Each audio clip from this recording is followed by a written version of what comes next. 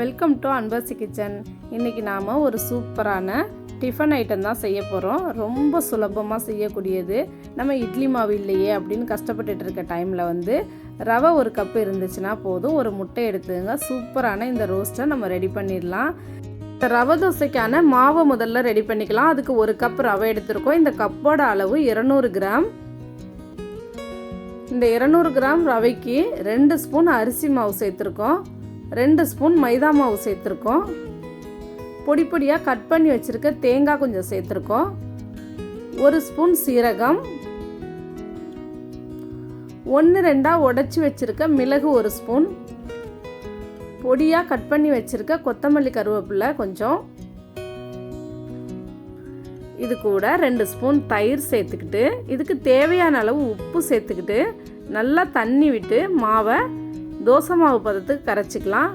இது ரொம்ப கெட்டியாக இருக்கணும்னு இல்லை, நல்லா தண்ணியாகவே இந்த மாவு இருக்கலாம். மாவை நல்லா நம்ம கரைச்சி எடுத்துட்டோம். இந்த அளவுக்கு மாவு தண்ணியாக இருக்கணும்.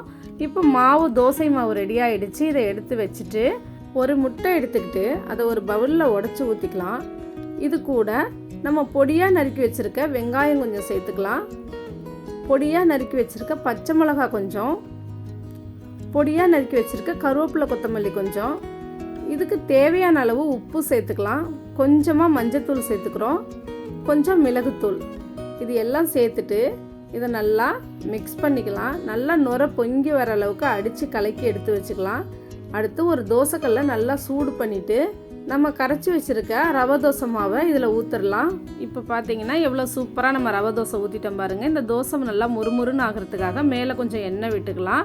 ஓரளவுக்கு தோசை வெந்ததுக்கு அப்புறம் நல்லா நுரப்பொங்க அடித்து வச்சுருக்க முட்டையை சேர்த்துக்கலாம். இப்படி எல்லா இடத்துக்கும் நல்லா இழுத்து விட்டுட்டு பொடியாக துருவி வச்சுருக்க கேரட் கொஞ்சம் மேலே தூவிக்கலாம். பொடியாக கட் பண்ணி வச்சுருக்க கருவேப்பிலை கொத்தமல்லி கொஞ்சம் போட்டுக்கிட்டு இந்த தோசைக்கு மேலேயும் நம்ம கொஞ்சம் எண்ணெய் விட்டுக்கலாம். இப்போ தோசை வேகிற அளவுக்கு கொஞ்சம் நம்ம வெயிட் பண்ணலாம். இப்போ தோசை வெந்துருச்சு. இதை நல்லா திருப்பி போட்டுடலாம்.